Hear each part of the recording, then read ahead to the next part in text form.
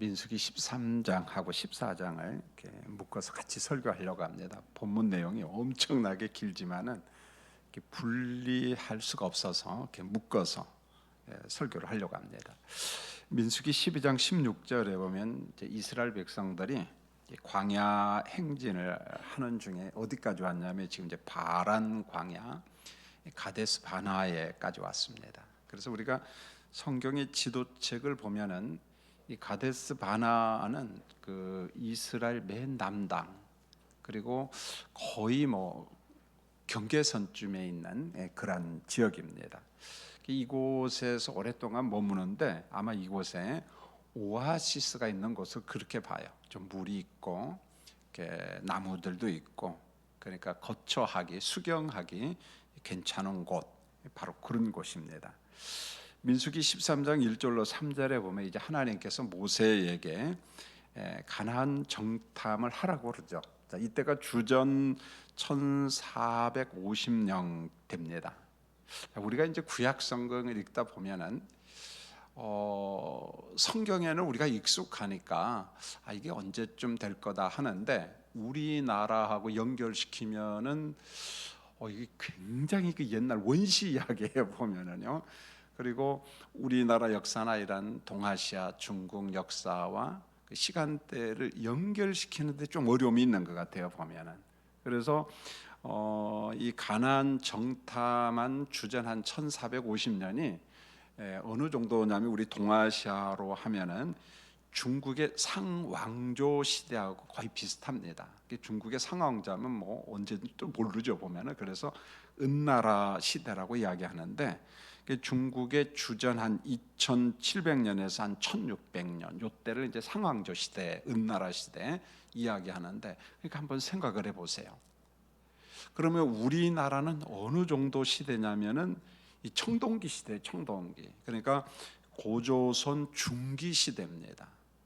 우리는 이 고조선에 대해서 개념 자체가 별로 없어요. 그러다 보니까 고조선 중기 시대를 굉장히 광범위하게 잡아요. 왜냐하면 역사 정리가 잘 안 됐다는 말이죠. 성경의 역사는 얼마나 치밀하고 조직적이고 세밀한가, 하나님께서 그렇게 계시하신 것을 보게 됩니다. 오늘 지금 우리가 이 말씀을 중국의 어떤 상왕조 시대, 은나라 시대, 그 다음에 우리나라 고조선의 청동기 시대 역사하고 거의 비슷한 그 시대를 지금 말씀을 통해서 공부를 하고 있어요. 자, 그 다음에 이제 4절로 16절에 보면은 각 지파에서 한 명씩, 우두머리라고도 이야기하고 두령 뭐 그렇게 해도 상관이 없습니다. 그래서 12명의 지휘관을 세웠습니다. 12명의 지휘관 가운데 다른 사람은 뭐 우리가 몰라도 되죠 보면은.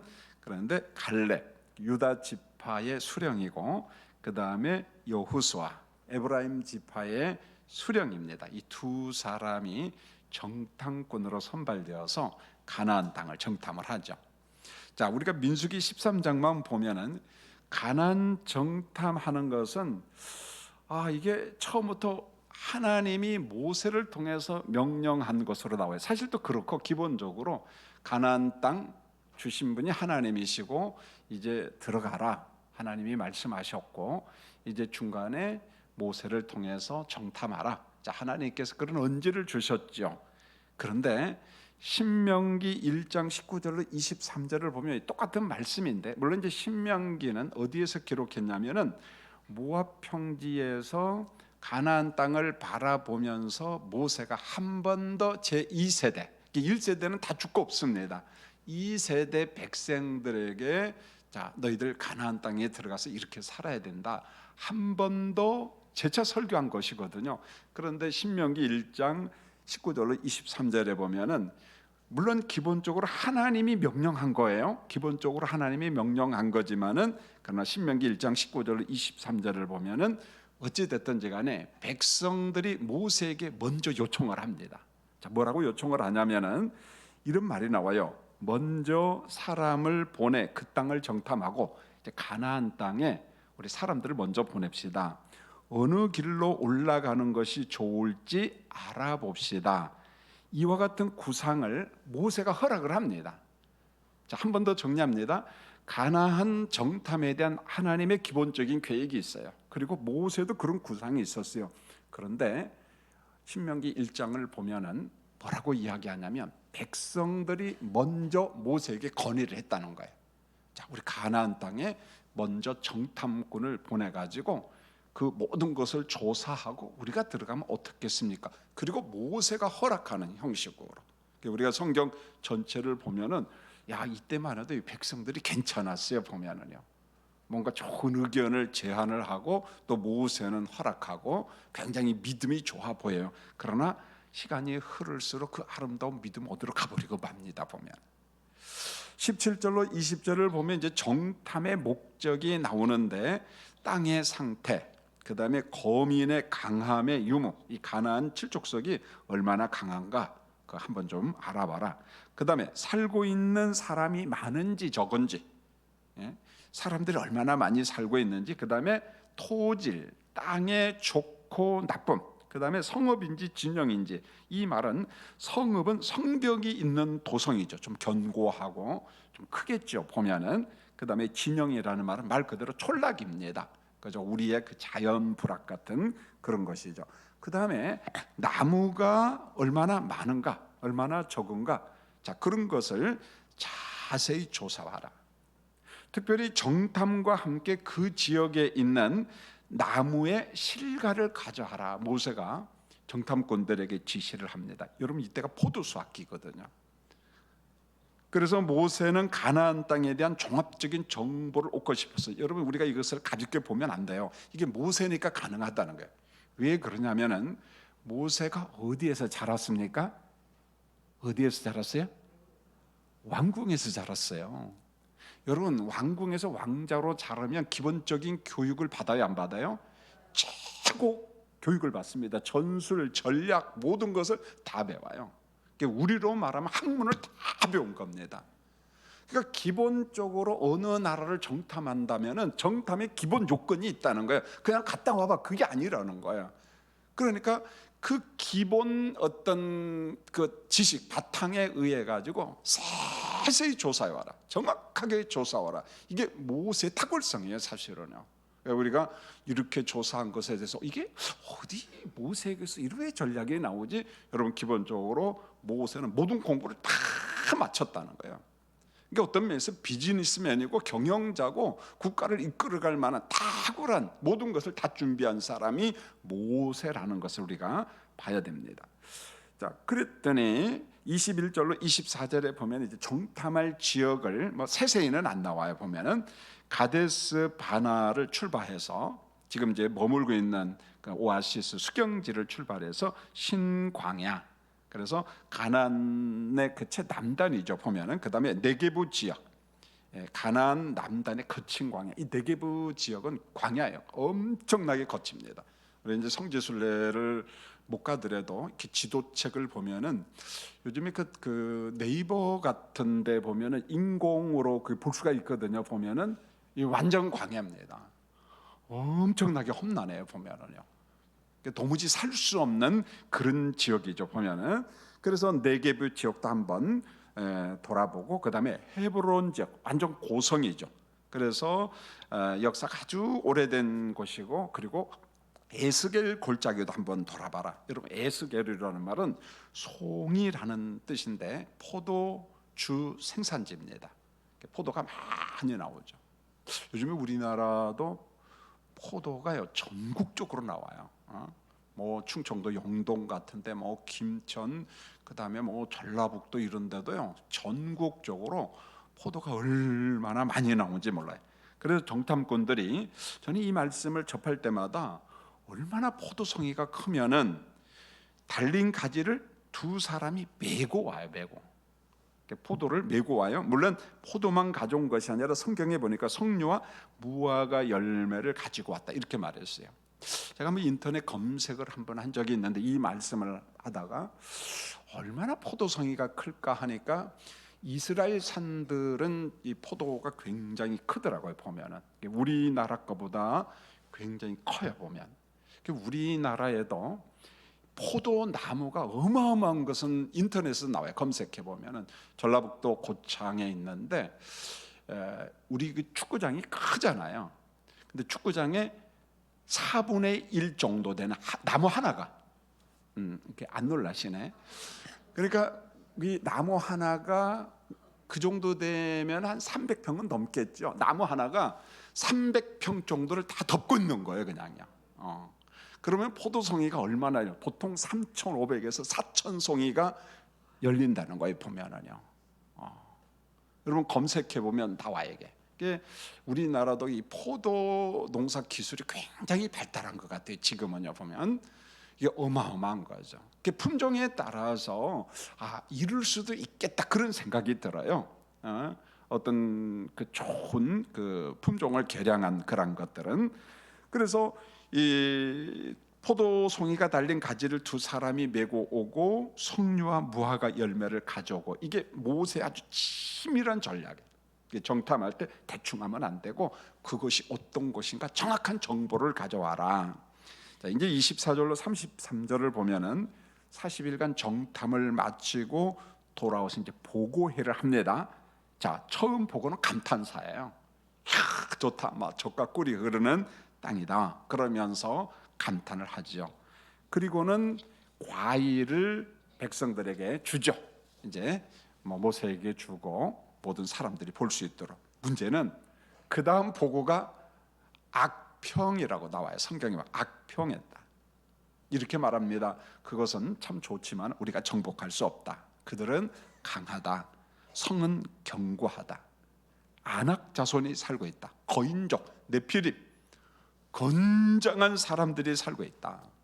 그만 악평이 감탄사를 삼켜버린 겁니다. 악평이 감탄사를 잡아 먹어버린 거예요, 보면은. 자, 이런 분위기에 30절을 보면은 믿음의 사람 갈렙이 호소를 해요.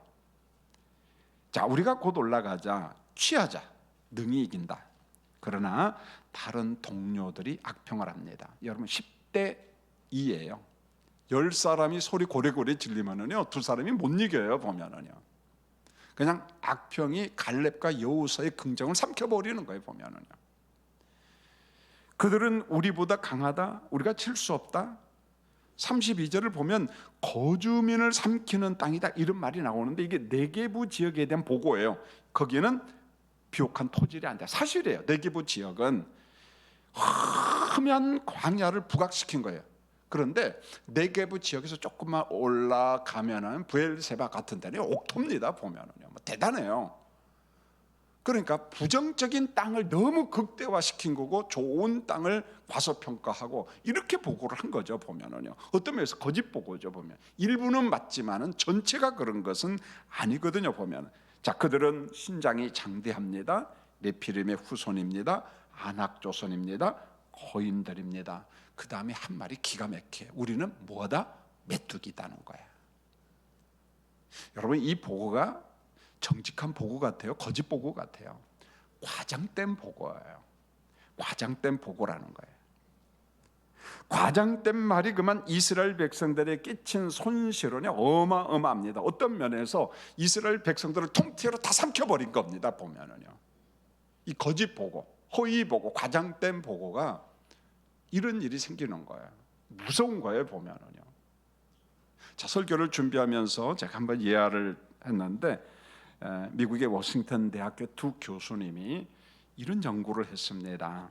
칼 벅스크롬이라는 생물학과 교수하고 제빈 웨스트라고 하는 정보대학원 두 교수님이 멋진 글을 쭉 써나가는데, 자, 우리가 살아가는 세상, 이건 미국뿐만 아니라 전 세계, 좀 선진국일수록, 잘 사는 나라일수록 우리가 사는 세상에는 사람들을 기만하고 속이는 헛소리가 홍수를 이루고 있다. 그분이 그런 말, 헛소리 까발리기라는 글을 막 써요.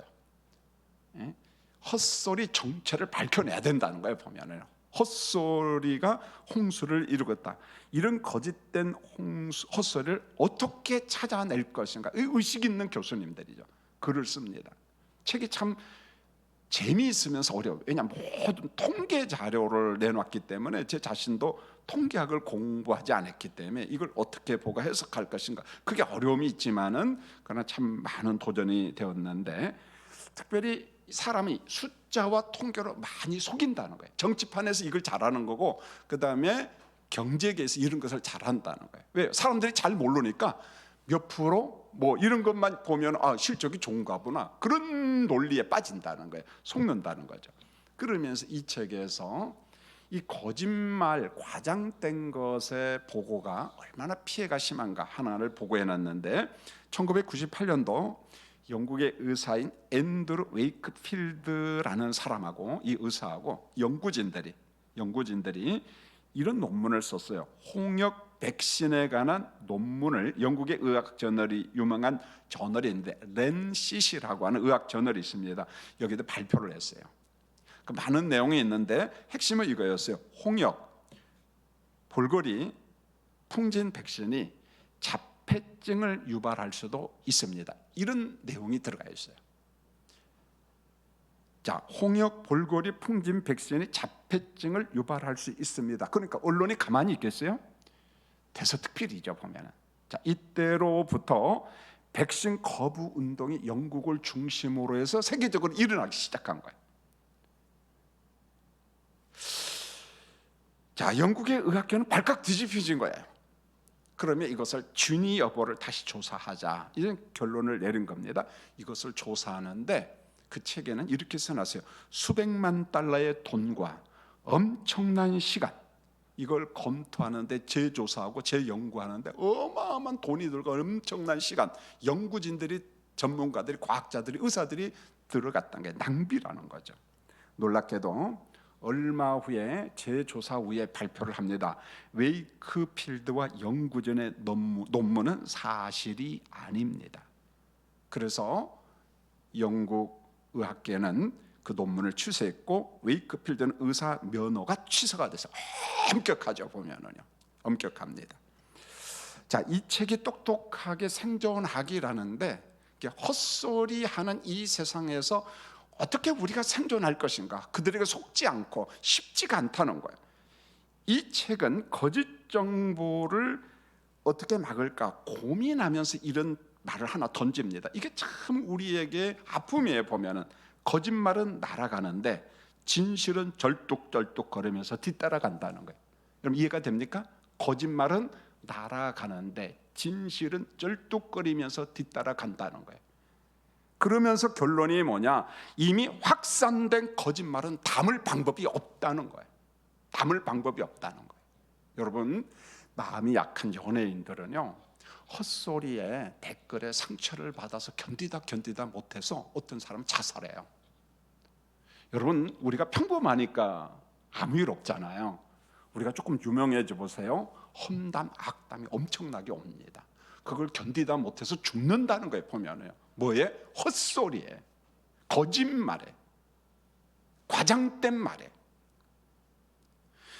오늘 이스라엘 백성들이 가나안 땅을 정탐하고 와서 이 헛소리, 과장된 말, 여기에 나라가 통째로 삼켜버리는 거예요. 보면은요, 무서운 거예요. 여러분, 이 책이 주는 교훈과 오늘 본문이 주는 교훈이에요. 사람들의 성향이라는 게 있어요. 성향. 사실을 사실대로 이야기하는가, 아니면 과장되게 말하고, 아니면 아예 거짓말을 해버리고 진실을 축소하는 것 아닌가. 여러분, 거짓말과 과장된 말, 여기에 원망과 불평이 첨가가 되면 우리 사회는 무너집니다. 기업도 무너집니다. 국가는 파탄에 빠진다는 거예요. 여러분, 우리가 늘 접하는 정탐꾼, 열정탐꾼의 원망, 불평을 가볍게 보지 말고, 그리고 우리 사회에 적용하면서 우리가 무엇을 위해서 기대해야 될 것인가. 똑똑하게 생존하기라고는 이 책이 엄청나게 두꺼워요. 그 글을 보면서 우리나라도 가짜 뉴스, 거짓말, 과장된 게 판치고 거기에서 얼마나 백성들이 죽어나가는가, 그걸 보니까 아픈 거예요. 자, 이제 민수기 14장을 보면은 백성들의 희망이 그만 원망으로 변하는 비극의 말씀이 나와요. 보면은요, 자, 정탐한 사람들의 부정과 악평을 듣고 백성들이 원망을 하는데 이 원망이 폭발을 해버려요. 밤새 통곡하며 모세와 아론을 원망해요. 하나님을 원망합니다. 하나님, 왜 이곳으로 인도했느냐는 거예요. 왜 우리를 죽게 만드느냐는 거예요. 여러분, 눈물도 그저 잠깐 흘리면은 이해가 되고 동정이 가지만은요, 징징징 짜면서 짜증나게 울고 그럼 스트레스예요, 여러분요. 지금 이들의 통곡은요, 회개기도 하는 것도 아니에요. 진지한 눈물도 아니라는 거예요. 여러분, 원망하면서 불평하면서 통곡하는 이들의 통곡의 그림을 한번 그려보십시오. 가관일 겁니다. 가관일 거예요. 1절로 4절을 보면은 애국과 광야에서 죽었으면 좋았을 것을 어찌하여 하나님은 우리를 가나안으로 인도하여 칼에 쓰러지게 하는가? 어찌하여 하나님은 우리를 광야로 인도해서 죽이려고 합니까? 한 지휘관을 세우고 외국으로 돌아가자 이래요. 얼마나 기분이 나빠요. 한 지휘관을 세우고 애굽으로 돌아가자는 거예요. 모세 당신 필요 없다는 거예요. 아론 필요 없어. 이제는요, 우리가 지휘관을 세우고 돌아가자는 거예요. 이런 환경 속에 모세를 보십시오. 온유함이 대단한 사람이라는 것을 또 증명이 되는데, 모세와 아론은 원망하는 회중 앞에서 엎드려 하나님 앞에 긍휼을 간청합니다. 엄청난 스트레스예요. 폭발 직전에 그럴 때마다 엎드리는 거예요. 하나님 좀 도와주세요. 엎드리는 거예요. 자, 6절로 10절을 보면은 즉각 여호수아와 갈렙이 이 환경을 진정시키기 위해서 호소를 하는 거예요. 호소를 합니다. 가나안은 심히 아름다운 땅입니다. 하나님이 기뻐하시는 땅입니다. 우리에게 주셨습니다. 아브라함과 약속한 땅이에요. 영원한 기업이에요. 여러분, 민수기 끝판에 가면은 제가 설교합니다. 영원한 기업은 무엇과 관련된 하나님의 나라의 상징으로 등장하는 거거든요. 보면은요, 이건 영원한 기업으로 하나님이 우리에게 주신 겁니다. 다만 부탁하건대 하나님을 거역하지 맙시다. 사정을 하는 거예요. 호소를 하는 겁니다. 하나님을 거역하지 맙시다. 그들은 우리의 먹입니다. 하나님이 우리와 함께 하십니다. 머뭇거리지 말고 올라갑시다. 그랬더니요, 백성들이 뭘 들어요? 돌을 들어요. 저놈 두 놈 죽이라는 거예요. 보면 죽이자는 거예요. 백성들은 두 사람을 돌로 치려고 했습니다. 죽이려고 했어요. 여러분, 악한 심성이, 악한 분위기가, 부정이 조직을 장악해 버렸어요. 누구의 전략이에요? 사탄의 전략입니다. 사탄의 전략입니다. 이스라엘이 무너진 거예요. 여러분, 이렇게 해서 가정도 무너지고요, 회사도 무너지고요, 국가도 무너지고요, 교회도 무너집니다. 다 무너져요. 우리 심령도 무너져요. 그게 정신분열증으로도 나타나고 그런 이상한 걸로도 나타나잖아요. 보면 무너진다는 거예요. 갈렙과 여호수아는 하나님의 말씀 언약에 붙잡혀 산 사람이에요. 히브리서 11장 6절과 같은 사람, 하나님을 기쁘시게 한 사람, 하나님을 기쁘시게 한 사람이었어요. 믿음의 사람이었다는 거예요. 자, 이런 사람이 많을까요? 그렇게 많지 않다는 거예요. 여러분, 어려운 환경이지만은 세상이 원망하고 불평하는 그 속에서도 여호수아와 갈렙처럼 하나님의 언약, 약속을 붙잡는, 말씀을 붙잡는, 말씀의 매이는 우리 교인들이 되기를 원합니다. 예, 말씀에 자꾸 붙잡히고 성령에 매여 살아가야 돼요. 11절로 12절을 보면은 원망하는 백성들을 향한 하나님의 탄식과 진노가 나와요. 이 백성이 어느 때까지 나를 멸시하겠느냐, 어느 때까지 나를 믿지 않겠느냐. 애굽으로 돌아갑시다. 이것은 하나님에 대한 거부예요. 거부. 하나님 더 이상 필요 없습니다. 우리가 한 지도자 세우고 애굽으로 갈 테니까 놔두세요. 이런 거예요. 그동안 숱한 기적을 본 백성들인데 조금만 어려우면은 그 고비를 넘기지 못해요. 하나님을 거부합니다. 거역합니다. 여러분, 우리가 여기에서 하나님을 의인화시켜 보세요. 애끓는 하나님의 심장, 마치 부모님의 마음이잖아요. 부모님의 속마음을 모르는 그 자식들이 막 부모님한테 꾸역꾸역 대들면서 막 그런 거 있잖아요. 보면은 마치 그런 그림이에요. 우리 부모님들은 화가 나고 그래도 참잖아요. 언젠가는 우리 자식이 철들 거야 그랬잖아요. 그러면서 지금까지 온 거잖아요. 그러니까 철이 들었어. 그 다음에 13절로 19절에 보면은 모세는 배영망덕한 백성들을 위해 간절히 간구하는데, 어떻게 이런 기도가 나올까? 하나님, 백성들을 하나같이 죽이지 마세요. 백성들의 죄악을 용서해 주세요. 주변에 많은 이방인들이 보고 있습니다. 이렇게 말해요. 하나님께서 우리를 애굽에서 인도했잖아요.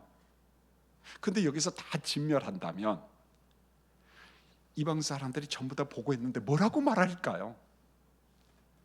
그들이 여호와 하나님을 향하여 빈정거릴 게 뻔하지 않습니까? 하나님, 하오니 한 번만 더 용서해 주세요.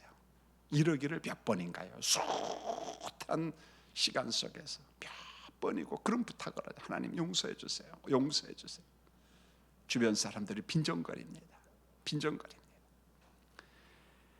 여러분, 22절을 보면 백성들의 죄악이 나오는데 이렇게 말했어요. 10번이나 하나님을 시험한 자들. 이때 10번은 지속적인 반영에 대한 상징적인 숫자입니다. 많이 1, 2, 3, 4, 5, 6, 7, 8, 9, 10 만수 가득 찼다는 거예요. 더 이상 숫자 될 수 없을 만큼 거역했다는 거예요. 많이 거역했다. 그러나 24절에 갈렙과 여호수아는 원망하는 사람들과 믿음의 수준이 달라요. 하나님을 온전히 따랐습니다. 결국 두 사람은 가나안 입성을 약속받습니다. 온전히 따랐다. 성경이 그렇게 막 온전하게 따랐다는 거예요. 두 사람은 하나님을 기쁘시게 한 믿음의 사람이라는 거예요. 어느 조직이든지 다양한 유형이 있어요. 온전히 따르는 갈렙과 여호수아 같은 믿음의 사람 되기를 원합니다. 예? 그게 옳다면, 그게 복음적이라면, 그게 성경에서 말씀하신 거라면 우리가 그런 용기, 그런 믿음이 있어야죠. 25절을 보면 가나안 땅으로 가는 길이 변경이 돼요. 하나님께서 변경을 시킵니다. 홍해 길로 내려가 홍해를 끼고 다시금 밑으로 내려가는 거예요. 위로 가는 것이 아니라 맨 밑으로 광야를 돌아서 올라가도록 코스를 그렇게 정합니다. 빙빙 돌아가는 거예요. 빙빙 돌아다니는 거예요. 분명히 징벌이에요. 그러나 한편으로 보면 이 징벌 속에 연단이 있다는 거예요. 가나안 입성을 앞두고 가나안 정복에 필요한 조직 훈련, 군사 훈련, 모든 시스템 훈련을 다 합니다. 왜요? 이대로 놔뒀다가는 그대로 다 죽어버려요. 폭삭망합니다. 왜요? 가나안은요 시시한 곳이 아니에요. 철병거가 있어요. 이스라엘은요 막대기, 작대기 가지고 싸워요. 철하고 막대기, 작대기하고 싸우면 누가 이겨요? 게임이 안 되죠. 보면은요 비교가 안 되잖아요. 자, 이런 환경에서 하나님께서 분명히 징벌이에요. 그런데 그 속에서 훈련을 시킵니다. 26절로 38절을 보세요. 광야 정탐 40일인데 하루를 1년으로 계산해서 얼마 동안 광야에서 빙빙 도는 줄 아세요? 40년 동안 빙빙빙 돌아요. 출애굽 1세대는 20세 이상 사람은요 광야에서 다 죽어요. 여호수아, 갈렙에는 심지어는요 모세도 못 돌아갑니다. 아론은 좀 더 일찍 죽어요. 미리암도 죽습니다. 모두 다 소멸합니다. 여러분, 유다서를 보면은 이 죽음을 일컬어 믿지 아니함에 대한 심판, 그렇게 나와요. 믿지 아니함에 대한 심판. 자, 20세 이하만 이제 가나안 땅에 들어가죠. 약속을 받습니다. 35절입니다.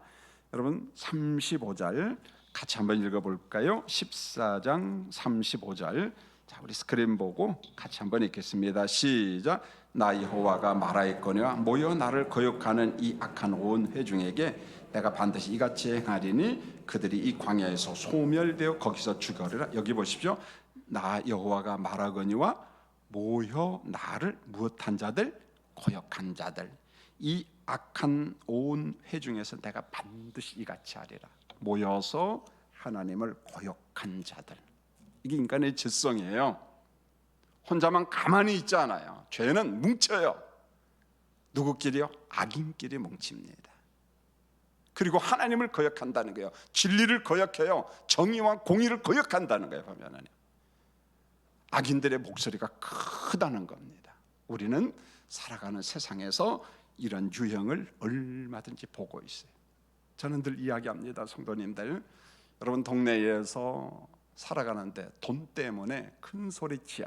그런데 그곳이 좀 불의해 보이면은요, 죄송하면 욕 먹어도 나오십시오. 괜찮아요. 손해봐도 괜찮아요.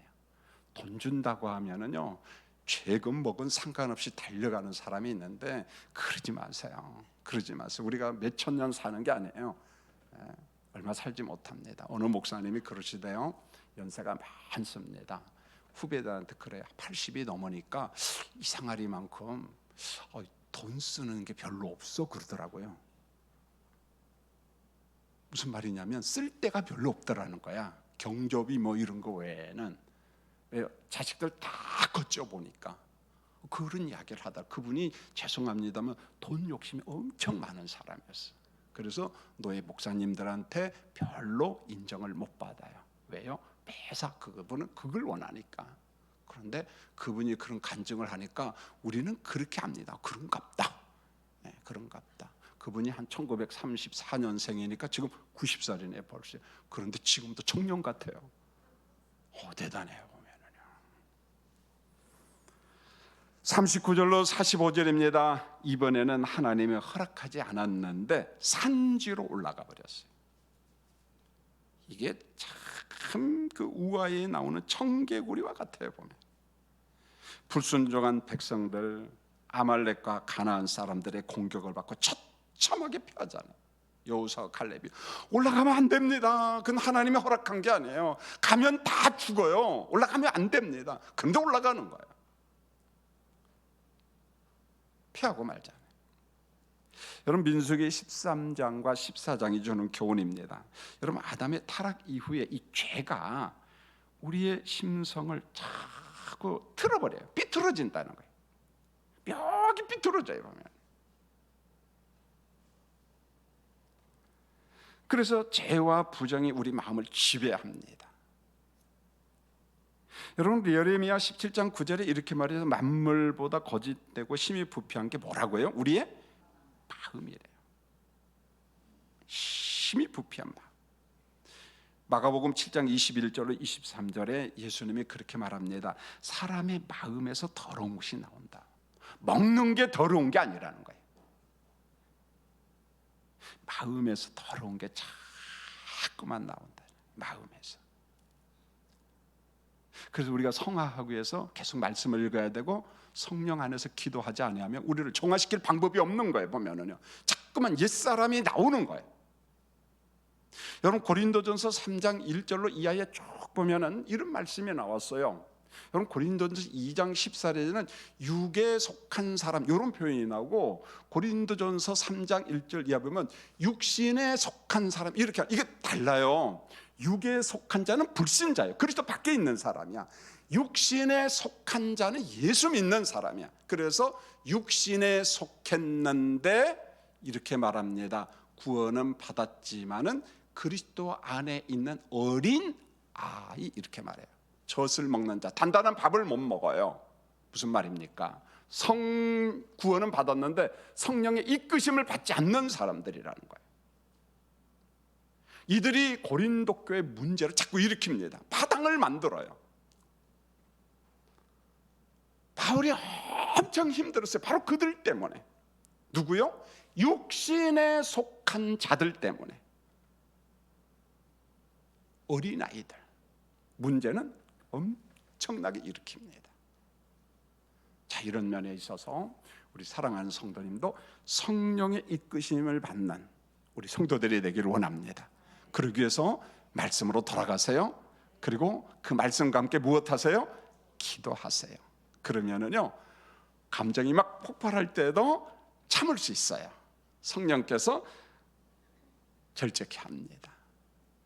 성령께서 그렇게 만들어 가시죠. 이제 말씀을 맺겠습니다. 원망은 재난의 출발이에요. 원망은 은혜와 감사와 자족을 모르게 만들어요. 모르게 만들어요. 하나님을 자꾸 무시하게 합니다. 자, 그런 것들이 우리를 지배하지 못하도록 계속 말씀과 성령에 붙잡혀 살아가는 우리 교인들이 되시기를 예수님의 이름으로 축원합니다.